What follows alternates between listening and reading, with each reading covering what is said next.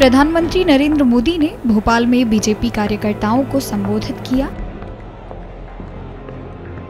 जहां उन्होंने uniform civil code के मुद्दे पर बड़ा बयान दिया। पीएम मोदी ने कार्यकर्ताओं को संबोधित करते हुए कहा कि एक घर दो कानूनों से नहीं चल पाएगा, ठीक उसी तरह से एक देश में दो कानून नहीं हो सकते। आजकल हम देख रहे हैं कि यूनिफॉर्म सिविल कोड के नाम पर ऐसे लोगों को भड़काने का काम हो रहा है। आप मुझे बताइए, एक घर में परिवार के एक सदस्य के लिए एक कानून हो, परिवार के दूसरे सदस्य के लिए दूसरा कानून हो, तो क्या वो घर चल पाएगा? क्या कभी भी चल पाएगा क्या? इसके बाद पक्ष और विपक्ष के नेता प्रधानमंत्री के इस बयान पर अपनी प्रतिक्रिया दे रहे हैं।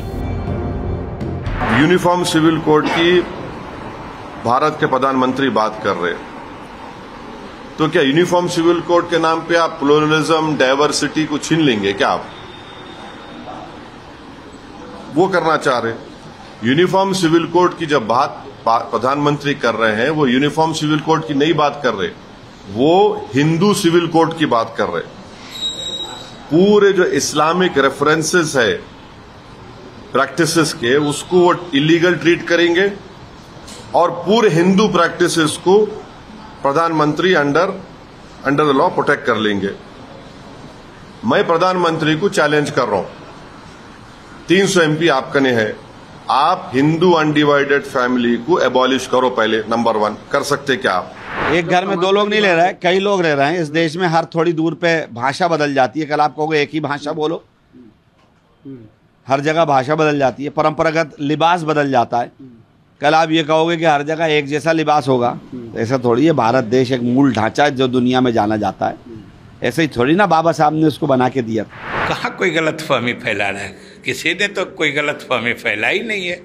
हम लोग तो सिर्फ इतना कह रहे हैं कि इन्हीं की सरकार के द्वारा, प्रधानमंत्री जी के द्वारा गठित जो विधि आयोग है, लॉ कमीशन है, उन्होंने ही उसको इस मामले को दिया था विचार के लिए, और उन्होंने विचार करके लॉ कमीशन ने जो रिपोर्ट दिया है उसमें इसको सही नहीं बताया है। बताया कि अभी इस देश में इसकी न आवश्यकता है, न इसकी ज़रूरत है, न ये वांछनीय है, डिज़ायरेबल भी नहीं है। एक ही घर में दो कानून कैसे हो सकता है? तो प्रधानमंत्री जी से मैं पूछना चाहता हूं कि उसी अहमदाबाद में हालत ये है कि जिस सोसाइटी में सवर्ण है वहाँ दलित अपना फ्लैट नहीं रख सकता है। आज मैं आभार करूंगा अपने देश के यशस्वी प्रधानमंत्री आदरणीय मोदी जी का, क्योंकि जिस तरह से उन्होंने आज अपने उद्बोधन में खास करके हमारे पिछड़े मुसलमानों की बात को उठाया है। ये तो काम उनका था जिन्होंने वोट बैंक बनाकर रखा था। जो आते थे और आकर खजूर खाकर चले जाया करते थे रोजा अफ्तार पार्टियों में, उनको आज आईना दिखाने का काम किया है आदरणीय मोदी जी ने कि आपने इनके सर पर छत देने का काम नहीं किया, इनके तन पर कपड़े देने का काम नहीं किया, इनके हाथ में कलम देने का काम नहीं किया, इनको रोजगार देने का काम नहीं किया। आज देश के यशस्वी प्रधानमंत्री आदरणीय मोदी जी ने साफ कर दिया है कि हम सबका साथ सबका विकास जो कहते हैं, यही मूल मंत्र हमारा है और इसको लेकर हम साथ चले हैं और सबको साथ लेकर चले हैं। और पिछड़े दबे कुचले मुसलमानों को, खास करके उन्होंने पासमानदा मुसलमानों की बात की, जो पिछड़े मुसलमान हैं उनको कभी भी आगे आने का मौका नहीं मिला, ना उनको शिक्षा के तौर पर आगे शिक्षा दी गई और ना ही उनको रोजगार दिया गया। उनको सिर्फ वोट बैंक बनाकर रखा गया, बंधुआ मजदूर की तरह रखा है विपक्षी पार्टियों ने, खासकर कांग्रेस, सपा, बसपा और तृणमूल कांग्रेस जैसी पार्टियों ने।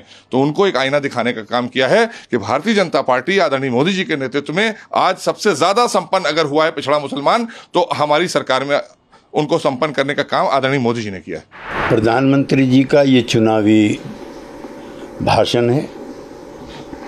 पिछले 5 वर्षों में एक बार भी उन्होंने राजनीतिक दलों को बुला करके, स्टेक होल्डर्स को बुला करके कभी इस पर चर्चा नहीं की। आपको लगता है कि यूसीसी को लेकर एक बहुत बड़ा चुनावी मुद्दा बनने जा रहा है आगामी चुनाव में? ये ऐसा विषय है जिस पर सभी राजनीतिक दलों को, सभी स्टेक होल्डर्स को एंगेज करना चाहिए, वरना ये चुनावी प्रक्रिया का एक शगुफा बन के रह जाएगा। हमसे जुड़े रहने के लिए हमारे YouTube चैनल को सब्सक्राइब करें और नई वीडियो की नोटिफिकेशन के लिए बेल आइकॉन को दबाएं।